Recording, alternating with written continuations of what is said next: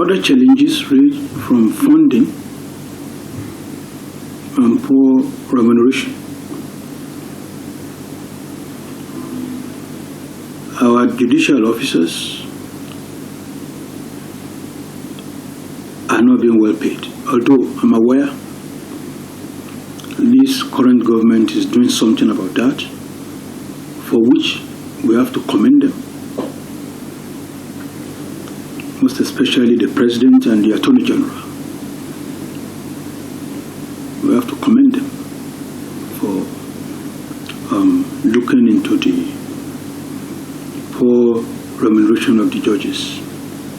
And when I say judges, not just the Supreme Court justices. I'm talking of the Court of Appeal judges, High Court judges,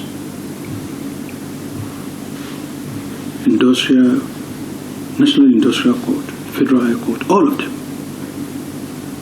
The pay is bad, very bad. Perhaps I should also mention the fact that the highest court of the land, the jurisdiction, should be revisited. Not all cases should end up in the highest court of the land. I do not think the highest court of the land is meant to be taking all manners of appeals. Some appeals should die at the Court of Appeal.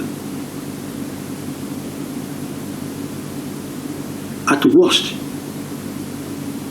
all appeals to the Supreme Court should be with the leave of the Supreme Court, and not a situation where everybody, all manners of appeal, will now end up there, and then the docket is always full. Then people are struggling for dates, and in the process, all sorts of untoward attitude, untoward actions by some staff of the court and what have you. So I believe there is a need to streamline the jurisdiction of the Supreme Court in a way that it is not all appeals that to be allowed to go there. Some matters, or most matters, the final court should be the Court of Appeal, and not that you have a small land matter from Ogoja or something from Adoikiti, or maybe from somewhere in Kukawa, or Brennan Magaji, ending up in the Supreme Court, traveling from Magistrate Court up to Supreme Court. Why? That is not where the Supreme Court is meant for. So, and that is why when you look at their conditions, you cannot but pity them. Time has come for the court itself, especially the Supreme Court, to consider taking some motions, especially non-contentious ones, in chambers, so as to reduce the time people dress up, wasting them in coming to the court. And I'm not opposing, and